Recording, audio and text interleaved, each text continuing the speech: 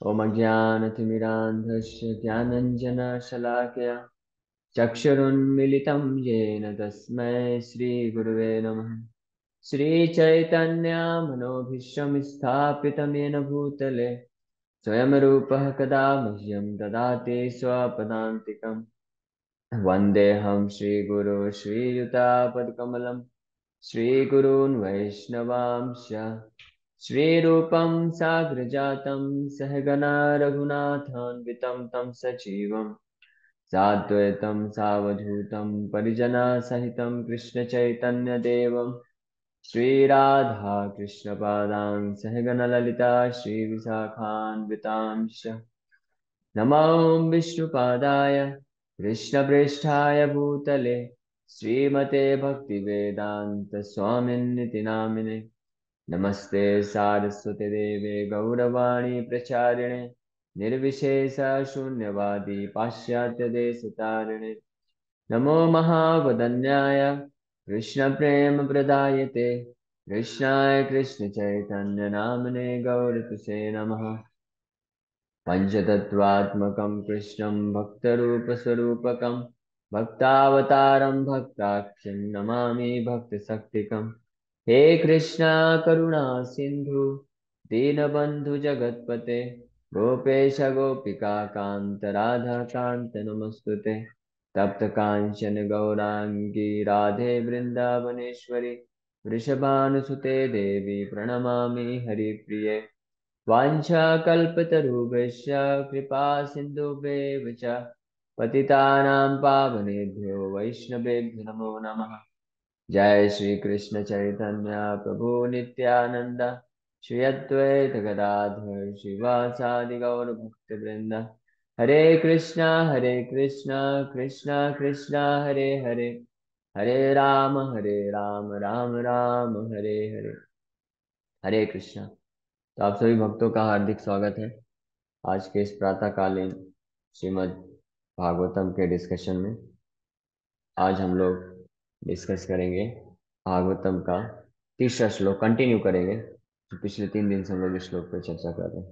तो ये श्रीमद् भागवतम का की महिमा का सबसे बहुत ही महत्वपूर्ण श्लोक है, या बोल सकते हैं the real glories of Srimad Bhagavatam is explained in the words निगम कल्पतरोर्गलितं फलं सुखमुखादमृतद्रव संयुतं पिबत भागवतं रसमालयं मुहुरहो रसिका भुवि भावुका। तो हमने इस पे चर्चा किया था कि किस प्रकार से इस पूरे सृष्टि में 12 तरह के अलग अलग रस होते हैं, आध्यात्मिक जगत में भी और भौतिक जगत में भी उन्हीं रस को विकृत रूप में प्राप्त किया जाता है। और आध्यात्मिक जगत में वो रस जो है भगवान और भक्तों के बीच में जो 12 रस पाए जाते हैं, रौद्र, अद्भुत, श्रृंगार, हास्य, वीर्य, दया, दास्य, सख्य, भयानक, विभत्स, शांत और वात्सल्य रस, ये 7 रस 12 रस हैं, जिसमें से 5 प्राइमरी रस होते हैं, शांत, दास, साख्य, वात्सल्य और माधुर्य या श्रृंगार रस भी जिसको बोलते हैं। लेकिन ये प्राइमरी रस होते हैं, इनबिल्ट फीचर बोल सकते हैं, ऐसा बोल सकते हैं। हर भक्त जो होता है इनमें से किसी न किसी एक रस में उपस्थित होता है, ये रहते ही रहते हैं। लेकिन जब इन रसों का एब्सेंस होता है, अनुपस्थिति होती है या विरह का भाव आता है, तो उसमें अलग अलग फिर जो 7 सेकेंडरी रस हैं वो भी मैनिफेस्ट होते हैं। तो ये भी कल हमने चर्चा किया था।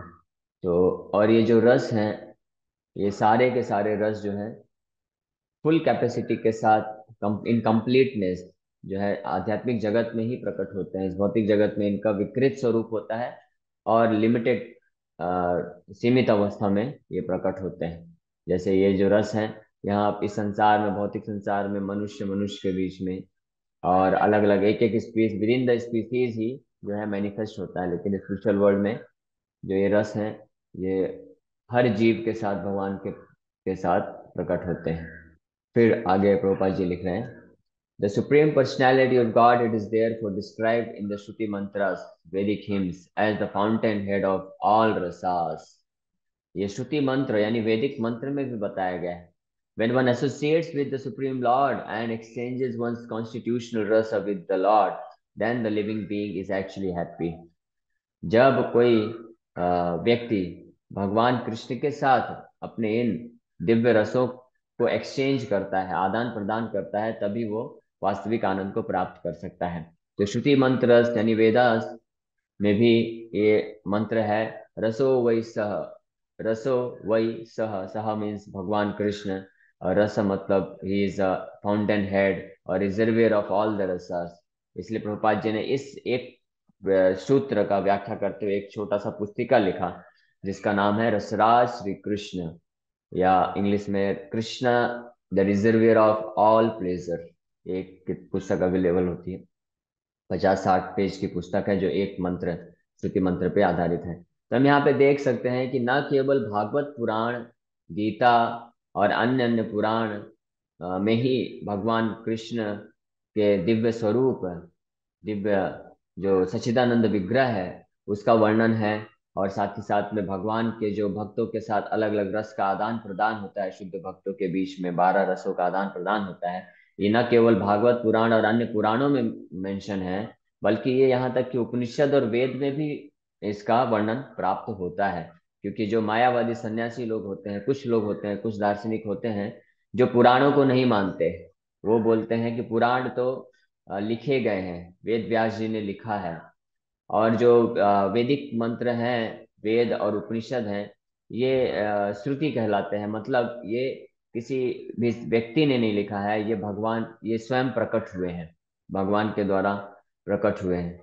तो इसलिए वो केवल कुछ लोग होते हैं, ये मूर्ख मूर्ख लोगों की बात है, कि कुछ मूर्ख लोग ऐसे होते हैं, वो सोचते हैं कि केवल वेद और उपनिषद ही प्रमाणिक ग्रंथ हैं और पुराण जो है वो प्रमाणिक नहीं होते हैं। बट वास्तव में पुराण भी प्रमाणिक, उतने ही प्रमाणिक हैं जितने वेद और उपनिषद प्रमाणिक हैं। क्योंकि पुराण जो है वो क्या है, वो व्याख्या है bye the same author, Ved Vyas जी, जिन्होंने वैदिक ग्रंथ वेद और उपनिषदों को प्रकट कराया इस संसार में, और जिन्होंने इसको वेद और उपनिषद की व्याख्या को बहुत ही परिपक्व अवस्था में जाके समझा, उन्होंने ही तो इसको समझाने के लिए, हम सबको समझाने के लिए पुराणों के रूप पुराण दिए हैं, 18 पुराण दिए।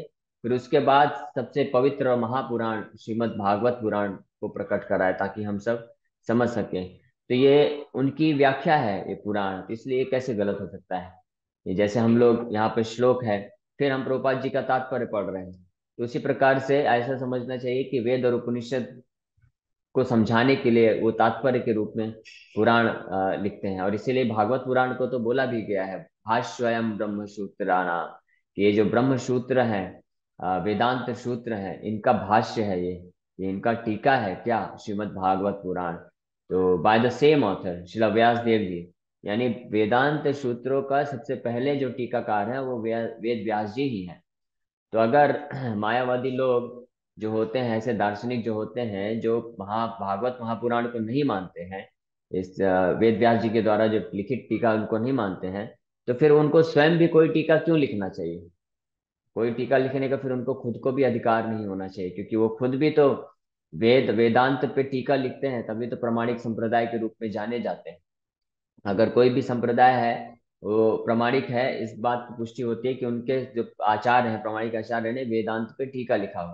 तो जो मायावादी लोग होते हैं वो शंकराचार्य का टीका पढ़ते हैं, तो वो भी तो टीका है ना, वो भी तो व्याख्या है ना वेदांत सूत्रों की, जिसको शारीरिक भाष्य के नाम से जाना जाता है। तो उन्हीं वेदांत सूत्रों का व्याख्या जब वेद व्यास जी भागवत पुराण के रूप में कर रहे हैं, तो उसको क्यों नहीं स्वीकार कर सकते वो। क्योंकि वेदांत सूत्रों को तो स्वयं वेद व्यास जी ने लिखा है, शंकराचार्य ने तो नहीं लिखा है। तो जब आप किसी अन्य व्यक्ति के द्वारा वेदांत सूत्रों की व्याख्या को स्वीकार कर सकते हैं, तो फिर वेद व्यास जी जो स्वयं, जिन्होंने वेदांत सूत्र लिखे हैं, जो लिखे हैं, वही जब उन्हीं वेदांत सूत्रों का व्याख्या कर रहे हैं भागवत पुराण के रूप में, तो क्या तकलीफ है ना। तो इस प्रकार से कुछ मूर्ख लोग होते हैं ऐसे, जो पुराण को नहीं मानते हैं, लेकिन वेद और श्रुति श्रुति बोलते हैं, है ना, वेद और उपनिषद को श्रुति बोलते हैं, और पुराण, इतिहास, महाभारत, इनको स्मृति बोला जाता है। स्मृति का मतलब होता है जो कि श्रुति के आधार पर रचित ग्रंथ होते हैं, जिसमें कथाएं होती हैं और जो व्याख्याएं होती हैं, उनको स्मृति कहा जाता है। ऐसे कुछ लोग होते हैं जो नहीं मानते। तो ऐसे इन लोगों को भी समझाने के लिए प्रभुपाद जी बोल रहे हैं, ताकि ये समझ सकें कि देखो, कि आप केवल वेदांत मानते हो ना, तो वहाँ वेदांत में भी श्रुति मंत्र है एक, जहाँ पे बताया गया है कि कृष्ण जो है निराकार नहीं है, भगवान जो है वो निराकार नहीं है। उनमें उनका आकार है, लेकिन उनका आकार हमारे जैसा नहीं है, भौतिक आकार नहीं है, उनका विग्रह है, सच्चिदानंद विग्रह है भगवान का, जो कभी नष्ट नहीं होता है। हमारा जो ये जो फॉर्म है, विग्रह का मतलब होता है फॉर्म, स्वरूप, तो हमारा जो स्वरूप है भौतिक स्वरूप होने के कारण नष्ट हो जाता है, लेकिन भगवान का स्वरूप भौतिक नहीं होने के कारण दिव्य रहता है और कभी नष्ट नहीं होता है। इसलिए भगवान जब जब अवतार लेके आते हैं, वही सेम सच्चिदानंद स्वरूप लेके आते हैं। उनको भौतिक जगत से, भौतिक पदार्थों से मिला हुआ शरीर को स्वीकार करने की आवश्यकता नहीं पड़ती है। और इतना ही नहीं, भगवान का सच्चिदानंद विग्रह है, और साथ ही साथ में भगवान जो है, he is full of pleasure. उनके अंदर रस ही रस है। जो ये मायावादी सन्यासी होते हैं, या बहुत जो ऐसे दार्शनिक होते हैं, निराकारवादी होते हैं, ये नीरस हो जाते हैं, नीरस हो जाते हैं, यानी सारे रसों को त्याग देते हैं। तो भौतिक रसों के आदान प्रदान से तो कष्ट मिलता है, तो इनको तो त्याग करना चाहिए, इनसे विरक्ति होना चाहिए। लेकिन जो आध्यात्मिक रस है वो वास्तविक रस होते हैं, उनको त्याग नहीं करना चाहिए। वो वास्तविक रस को स्वीकार करके जो भक्त होता है, वो आध्यात्मिक जीवन में आगे बढ़ता है, भगवान के साथ किसी न किसी इन 12 रसों में से एक रस में अपने आप को स्थित करके भगवान की सेवा में संलग्न होकर दिव्य आनंद की प्राप्ति करता है। तो इस बात की पुष्टि इस वैदिक मंत्र में भी की गई है, रसो वही सह। और एक और वैदिक मंत्र है जहाँ पे बताया गया है कि भगवान कृष्ण, यानी जो भगवत तत्व है, एब्सोल्यूट ट्रुथ है, जिस ब्रह्म वस्तु की बात की जा रही है वेदांत सूत्रों में, तो वो क्या है? रसो वही सह। उनके अंदर रस ही रस है। तो अगर रस है तो क्या निराकार में रस हो सकता है? ब्रह्म ज्योति में रस हो सकता है क्या? नहीं हो सकता। और फिर साथ में एक और सूत्र आता है जिसमें बताया गया है आनंदमय अभ्यासात, कि जो भगवान है, जो वो ब्रह्म है, परम ब्रह्म है, वो रस रस के आगार हैं, रस के खान हैं, रसराज हैं। और साथ ही साथ में आनंदमय अभ्यासात, उन रसों का अपने भक्तों के साथ आदान प्रदान करके वो दिव्य आनंद को प्राप्त करते हैं और अपने भक्तों को भी आनंद प्रदान करते हैं।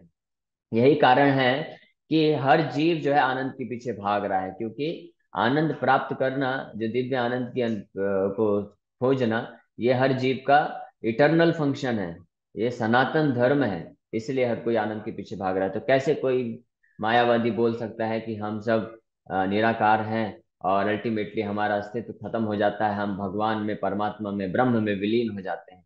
ये सब जो है गलत सिद्धांत है। और शंकराचार्य, आदि शंकराचार्य की बात कर रहे हैं, आदि शंकराचार्य जो भगवान शिव के अवतार हैं स्वयं, वो आए और इस गलत सिद्धांत, शारीरिक भात से लिखकर इस गलत सिद्धांत का प्रचार किए। उसका कुछ कारण था, वो भगवान कृष्ण के आदेश पे उन्होंने इस मायावाद सिद्धांत का प्रचार किया।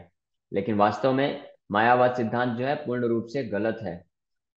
और इसकी पुष्टि अंतिम में जाते हुए शंकराचार्य खुद करते हैं, अपने सारे शिष्यों को बोलते हैं आखिरी समय में कि भज गोविंदम, भज गोविंदम, भज गोविंदम मूढ़ मते, कि हे मेरे सारे मूर्ख शिष्य लोग, पूरे जीवन भर आपने क्या किया है? दुक्कृन, दुक्कृन मतलब व्याकरण में, संस्कृत व्याकरण का संधि विच्छेद कर करके ये सब दार्शनिक चिंतन आपने किया है, लेकिन आप कृष्ण के रस को नहीं समझ पाए, कृष्ण की भक्ति को नहीं समझ पाए। मैं आपको अब आखिरी इंस्ट्रक्शन देता हूँ कि आप गोविंद का भजन करो, गोविंद का सेवा करो। नारायण नारायण नारायण पर अव्यक्तात्।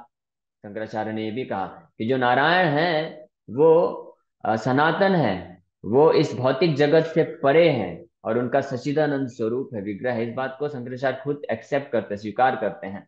लेकिन उनके जीवन काल में, फॉर द टाइम बीइंग, कुछ समय तक उन्होंने मायावाद का प्रचार किया और निराकार सिद्धांत प्रस्तुत किया। इसका कारण था ताकि वो जो बुद्धिस्ट लोग हैं, उन बुद्धिस्ट लोगों को जो कि नास्तिक हो चुके हैं, वेद को नहीं मानते हैं, तो उनको उनको आकर्षित कर सके वेद के तरफ। इसलिए उन्होंने ऐसा सिद्धांत दिया।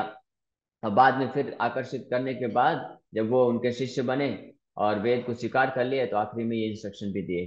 खैर, हम लोग शारीरिक भाष्य को स्वीकार नहीं करते हैं। जो वैष्णव संप्रदाय के आचार्य हैं, चार प्रोमिनेंट आचार्य, रामानुजाचार्य, मध्वाचार्य और निम्बार्क स्वामी और कुमार के विष्णु स्वामी, और फिर लेटर ऑन श्री चैतन्य महाप्रभु, भक्ति विनोद ठाकुर, विश्वनाथ चक्रवर्ती ठाकुर, भक्ति सिद्धांत सरस्वती महाराज, बलदेव विद्याभूषण, जितने भी, जीव गोस्वामी, रूप सनातन गोस्वामी, गोपाल भट्ट गोस्वामी, ये जितने भी महान आचार्य हुए हैं, जो वैदिक ग्रंथों में बहुत ही बड़े दार्शनिक थे और साथ ही साथ भगवान के शुद्ध भक्त थे, वो लोग इस मायावाद सिद्धांत को स्वीकार नहीं करते हैं। और उन्होंने इस मायावाद सिद्धांत को तोड़ने के लिए न केवल भागवत ग्रंथ से प्रमाण दिया, बल्कि वेद और उपनिषद से भी प्रमाण दिया।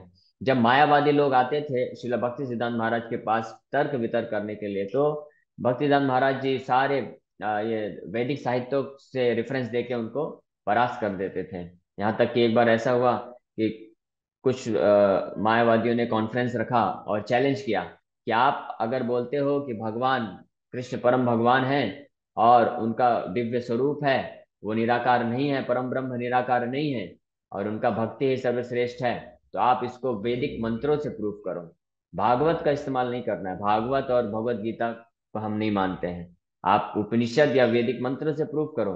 तो शिला भक्ति सिद्धांत सरस्वती महाराज ने वैदिक मंत्रों के द्वारा उनको प्रमाणित किया और उनके सारे जो अप सिद्धांत है उनका खंडन करके बताए। तो ये बहुत महत्वपूर्ण है। यहाँ पे हम देख सकते हैं कि रसो वैसा यहाँ पे प्रभुपाद जी लिख रहे हैं कि the supreme personality of God है, means Krishna is explained as supreme personality of God है। पर्सनैलिटी का मतलब होता है वो व्यक्ति है, वो भी एक व्यक्ति है, वो कोई निराकार वस्तु नहीं है। उनका भी स्वरूप है, उनका भी, उनके भी कुछ लाइकिंग्स हैं, डिसलाइकिंग्स हैं, उनके भी इमोशंस हैं, भाव है। लेकिन वो कैसे, ये सब जितनी भी वैरायटी है, इमोशंस है, स्वरूप है, उनका गुण है, उनकी लीलाएं हैं, ये सब क्या है, भौतिक नहीं है, इस भौतिक जगत के तीन गुणों से बंधा हुआ नहीं है। इसलिए उनकी इन सारी लीलाओं को, दिव्य गुणों को निर्गुण करके बताया गया है कई जगह वैदिक मंत्रों में। लेकिन इसका मतलब ये नहीं है कि वो गुण विहीन है, वो उनके अंदर बहुत सारे गुण हैं। जैसे कि इस संसार में जब कोई गुस्सा करता है तो वो तमोगुण का लक्षण होता है, और इस संसार में जब कोई शांत है, गंभीर है, क्षमा करता है और ज्ञान देता, उपदेश देता है, तो वो सतोगुण का लक्षण माना जाता है। लेकिन भगवान जब गुस्सा करते हैं तो वो ना तो तमोगुण कहलाता है, और भगवान जब उपदेश देते हैं या शांत गंभीर स्वभाव है, या दया है, क्षमाशीलता है, ये सब जो दिव्य अच्छे गुण हैं, ना ही ये सतोगुण के लक्षण है। ये सारे गुण जो है तमो रजो और सतोगुण के बियॉन्ड जाके शुद्ध सत्व में स्थित रहते हैं भगवान। इसीलिए सदैव शुद्ध सत्व दिव्य स्तर पर रहने के कारण भगवान के सारे गुण, इसीलिए वैदिक मंत्रों में कई जगह उनको निर्गुण कहा गया है। लेकिन निर्गुण का मतलब कभी ये नहीं समझना चाहिए गुण विहीन है। निर्गुण का मतलब क्या है कि इन तीन गुण, तीन भौतिक गुणों से वो मुक्त है, सतोगुण, रजोगुण और तमोगुण। इन तीन भौतिक गुण, क्योंकि ये जो तीन गुण हैं, ये भौतिक प्रकृति माया देवी के द्वारा नियंत्रित होते हैं। माया देवी जो है इन तीन गुणों के माध्यम से सारे जगत को नियंत्रण करती है। तो माया तो क्या है, भगवान की दासी है माया देवी, तो वो कैसे भगवान को नियंत्रित कर सकती है। इसीलिए भगवान के जो गुण प्रकट होते हैं वो इन तीन गुणों के सतो रजो तमो गुण, जो कि माया देवी के एजेंट हैं, उनके द्वारा प्रकट नहीं होते हैं। भगवान अपनी खुद, ये गीता में भी भगवान बोलते हैं, आत्ममाया संभवामी, मैं अपनी ही इंटरनल पोटेंशियल स्पिरिचुअल एनर्जी से मैं इस संसार में बार बार प्रकट होता हूँ और अलग अलग लीलाएं करता हूँ। तो ये सब दिव्य लीलाएं हैं। खैर हम लोग आगे बढ़ते हैं। These Shruti mantras indicate that every living being has its constitutional position, which is endowed with a particular type of rasa to be exchanged with the personality of Godhead. In the liberated condition, only this primary rasa is experienced in full. In the material existence, the rasa is experienced in the perverted form, which is temporary, and thus the rasa of the material world are exhibited in the material form of anger, raudra, and so on. तो फिर श्रुति मंत्रों में ये भी बताया गया कि न केवल भगवान बल्कि जो जीव हैं, उन, वो भी एक व्यक्ति है, उनका भी स्वरूप होता है, और उनका भी भगवान के साथ उनके कॉन्स्टिट्यूशनल पोजीशन, यानी अपने स्वरूप सिद्ध अवस्था में वो भी निराकार नहीं बन जाते हैं। वो भी व्यक्ति के रूप में रह के भगवान के साथ किसी न किसी रस में अपने आप को अवस्थित करके भगवान के साथ रस का आदान प्रदान करते हैं। जैसे कि हम लोग देखते हैं कि भगवान कृष्ण के साथ कोई वात्सल्य रस में है, कोई श्रृंगार रस में है, कोई दास्य साख्य शांत रस में है। ये गोलोक वृंदावन की बात है। फिर वैकुंठ में भगवान विष्णु के साथ कोई दास्य रस में होता है, और कुछ श्रृंगार रस में होते हैं, वहां पे वात्सल्य रस और जो साख्य रस का अभाव रहता है। तो इस ये जो रस है, ये इटर्नल रस है, सनातन है, ये कभी नष्ट नहीं होते, हमेशा भगवान के साथ बने रहते हैं और भक्त लोग इसका दिव्य आनंद का अनुभूति करते हैं। Therefore One who attains full knowledge of these different rasas, which are the basic principles of activities, can understand the false representation of the original rasas, which are reflected in the material world. इसीलिए अगर कोई भागवत ग्रंथ के माध्यम से in different अलग अलग रस को समझ जाता है, इसके आध्यात्मिक रस को समझ जाता है, तो वो फिर इस संसार, इस भौतिक जगत में वो जो आध्यात्मिक रस के प्रतिबिंबित विकृत रूप में प्रकट इन रसों से वो प्रभावित नहीं होता है, और उनके फॉल्स रिप्रेजेंटेशन को, उनकी मिथ्या झूठी स्थिति को समझ जाता है, और वो फिर इस संसार से विरक्त हो जाता है और भगवान के साथ रस में स्थित हो जाता है। The learned scholar seeks to realise the real rasa in the spiritual form. इसीलिए जो विद्वान पुरुष होते हैं, जो महान भक्त होते हैं, तो वो सब इस संसार के रसों को त्याग करके वो नीरस नहीं बन जाते हैं। वो लोग विरक्त वैरागी बस नहीं रह जाते हैं। वैराग का मतलब ही होता है, दो मतलब होता है, विगत राग इति वैराग, और दूसरा होता है विशेष राग इति वैराग। विगत राग मतलब होता है कि राग से विहीन आसक्ति, राग मतलब आसक्ति। तो इस भौतिक जगत की आसक्ति से जब कोई विहीन हो जाता है, अपने आप को हटा देता है, विरक्त कर लेता है, तो उसको विगत राग बोलते हैं, इति वैराग। और विशेष राग को जब डेवलप करता है, विशेष राग मतलब एक बहुत ही आध्यात्मिक भगवान के साथ विशेष रूप से जब आसक्ति को, अपने संबंध को स्थापित कर लेता है, तो उसको विशेष राग इति वैराग बोलते हैं। तो वैराग के दो फीचर हैं। उसी व्यक्ति को वैरागी बोला जाता है जो इस संसार के रसों से विरक्त हो जाए और साथ ही साथ में भगवान के साथ अपने आप को रस में स्थापित कर ले, वो वैरागी है। ना कि वो व्यक्ति जो संसार के रसों को, संसार से विरक्त तो हो जाता है लेकिन नीरस बन जाता है, उसका जीवन, उसका हृदय पूरा सूखा पड़ जाता है, कोई इमोशन नहीं, कोई भाव नहीं, कोई भक्ति नहीं, कोई आनंद नहीं, केवल शांति शांति शांति चाहता है, ब्रह्म में विलीन होना चाहता है। तो ऐसा व्यक्ति वास्तव में बहुत कष्ट भोगता है। ये भगवत गीता में भगवान कृष्ण खुद बोलते हैं, क्लेश अधिकतरस्ते साम अव्यक्त आसक्त चेतसाम, कि उनको बहुत क्लेश अधिक रसते साम। जो भौतिक जगत में बिल्कुल रचा पचा है, मान लीजिए बहुत आसक्त है भौतिक जगत में, भौतिक जगत को भोग करना चाहता है, उनसे भी बहुत बेकार स्थिति हो जाती है ऐसे लोगों की, जो भौतिक जगत के रसों को तो त्याग कर देते हैं लेकिन भगवान के साथ अपने आप को रस में स्थापित नहीं कर पाते हैं। क्योंकि उनका जो आत्मा का जो स्वरूप है, श्रुति मंत्र में बताया गया है कि आत्मा तो रसो वही सह, उसको रस चाहिए, आनंद चाहिए, सच्चिदानंद है, वो भी आत्मा भी आनंद की तलाश में है। और आप आर्टिफिशियली, कृत्रिम रूप से आत्मा को वर्जित कर रहे हो आनंद प्रदान करने, प्राप्त करने से। तो जो भौतिकवादी लोग होते हैं, जिनको, जो अज्ञानी होते हैं, तो वो लोग इस आनंद को प्राप्त करना चाहते हैं भौतिक भोग करके, तो भ्रमित होते हैं, मोहग्रस्त होते हैं, और इस भौतिक जगत में सुख प्राप्त करके आनंद की पूर्ति करना चाहते हैं। लेकिन जो मायावादी होते हैं, जो निराकारवादी होते हैं, वो लोग भौतिक जगत के रसों को तो त्याग देते हैं लेकिन आर्टिफिशियली, कृत्रिम रूप से वो ट्राई करते हैं कि हम नीरस हो जाएं। और इस प्रकार से ये दोनों तरह के लोग जो हैं इस संसार में दुख को भोगते हैं। लेकिन जो भक्त होता है वो रियली, इसलिए बोला गया यहाँ पे कि therefore one who attain, therefore the learned seeks to realise the real rasa in the spiritual form. इसलिए जो लर्नेड, जो विद्वान होते हैं, विद्वान कौन है? भगवान के भक्त लोग विद्वान होते हैं। इसलिए वो लोग जो असली वास्तविक रस है आध्यात्मिक जगत का, उसको ढूंढने का प्रयास करते हैं।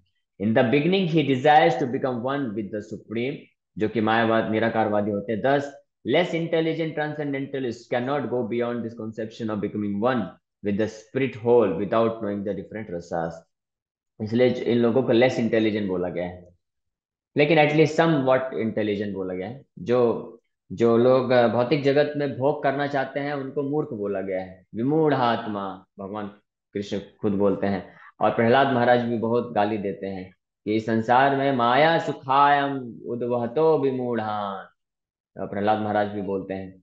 तो उनको तो मूर्ख बोला गया है, लेकिन जो मायावादी लोग हैं उनको बोला गया है कि अल्प बुद्धि, कम बुद्धि वाले हैं, अविशुद्ध बुद्धिया बोला गया एक जगह, यानी उनकी बुद्धि तो है लेकिन दूषित है बुद्धि, क्योंकि वो लोग गलत अंडरस्टैंडिंग में फंस जाते हैं। फिर आगे बता रहे हैं, कितना बचा, कल तक कंप्लीट होगा। तो ये आखिरी पैराग्राफ करते हैं, फिर हम लोग क्वेश्चन आंसर लेंगे। In this shloka it is definitely stated that spiritual रसा which is relished even in the liberated stage can be experienced in the literature of the Srimad Bhagavatam due to its being the ripened fruit of all Vedic knowledge।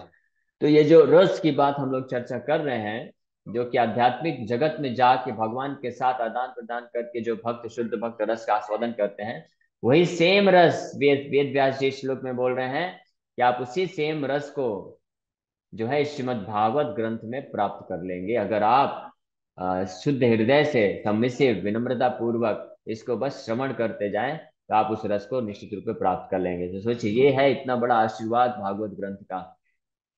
By submissively hearing this transcendental literature, one can attain the full pleasure of his heart's desire. बस हमारी क्या करना है, हमको बस सुनते रहना है, हमको कुछ करना नहीं है। हमको सबमिशन, लेकिन कैसे सुनना है? ध्यान पूर्वक और सबमिशन के साथ, विनम्रता पूर्वक। हमको फेथ, श्रद्धा के साथ अगर कोई सुनेगा, तो one can attain the full pleasure of his heart's desire. अपने हृदय में जो आनंद और सुख प्राप्ति की जो तीव्र इच्छा है, उसको पूर्ण कर लेगा केवल इस भागवत ग्रंथ को श्रवण करने में। But one must be very careful to hear the message from the right source. लेकिन भागवत को श्रवण किन से करना है, इसके बारे में बहुत सावधानी दे रहे हैं। प्रभुपाद जी बोल रहे हैं कि किन से सुनना चाहिए? केवल शुद्ध भक्तों से सुनना चाहिए, प्रोफेशनल रिसाइटर से नहीं सुनना चाहिए, जो भागवत सप्ताह करते हैं केवल और केवल पैसा कमाने के लिए या नेम फेम कमाने के लिए। ऐसे लोगों से भागवत श्रवण करने का कोई लाभ नहीं होने वाला है ना। वो व्यक्ति, ऐसे लोगों से श्रवण करके जो व्यक्ति है वो इस आध्यात्मिक रस को ना तो समझ पाएगा, रिलीज करना तो दूर की बात है। इसलिए बोला गया है, Srimad Bhagavatam is exactly received from the right source. It was brought by Narada Muni from the spiritual world and given to his disciple Srila, his disciple Sri Vyasadeva. The latter, in turn, delivered the message to his son Srila Sukadeva Goswami, and Srila Sukadeva Goswami delivered the message to Maharaj Parikshit just 7 days before the king's death. Srila Sukadeva Goswami was a liberated soul from his very birth. He was liberated even in the womb of his mother, and he did not undergo any sort of spiritual training after his birth. At birth, no one is qualified, neither in the mundane nor in the spiritual sense. But Sri Sukadeva Goswami, due to his being a perfectly liberated soul, did not have to undergo an evolutionary process for spiritual realization. Yet, despite his being a completely liberated person situated in the transcendental position above the three material modes, he was attracted to this transcendental rasa of the Supreme Personality of Godhead, who is adored by liberated souls who sing Vedic hymns.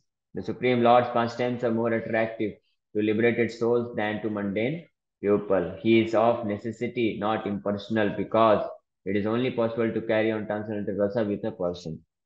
तो इस श्लोक में श्रील प्रभुपाद जी बता रहे हैं कि इस भागवत ग्रंथ का श्रवण उनसे करना चाहिए जो श्रीला नारद मुनि की परंपरा में आते हैं, क्योंकि सर्वप्रथम नारद मुनि ही हैं जो भक्ति के आचार्य हैं। वो इस भागवत ग्रंथ को वैकुंठ, आध्यात्मिक जगत, साक्षात गोलोक वृंदावन से लेके आए और अपने शिष्य वेद व्यास जी को दिए। फिर उन्होंने अपने शिष्य या पुत्र सुखदेव गोस्वामी को दिया। फिर इस प्रकार से गुरु शिष्य परंपरा के द्वारा ये जो भागवत जो है प्रकट होता है, संसार में आता है, और हम तक भी इस प्रकार से आता है। तो इस गुरु शिष्य परंपरा के माध्यम से जो भागवत को श्रवण करता है, वही असली भागवतम श्रवण कर रहा है।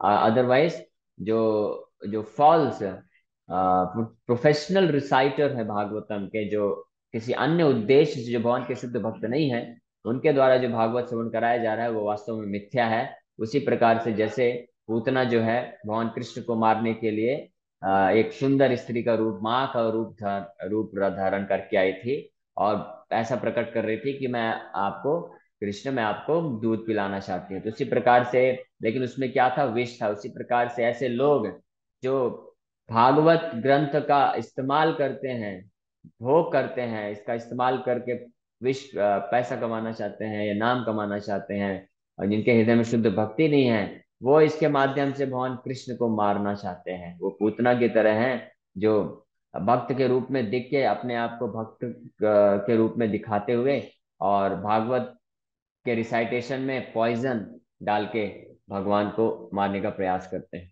हमको सावधानी बरतना चाहिए। हरे कृष्ण। तो किसी भक्त का कोई प्रश्न है तो पूछ सकते हैं। यस प्रभु जी।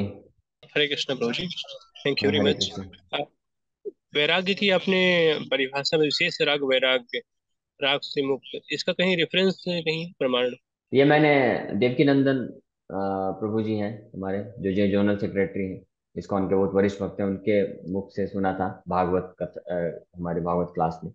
इसका रेफरेंस देखना पड़ेगा, बट ये एक लॉजिकल है कि वैराग का मतलब होता है कि जो है भगवान के प्रति संसार से विरक्त हो जाए, लेकिन भगवान के प्रति आसक्त होना चाहिए, वो वैराग कहलाता है।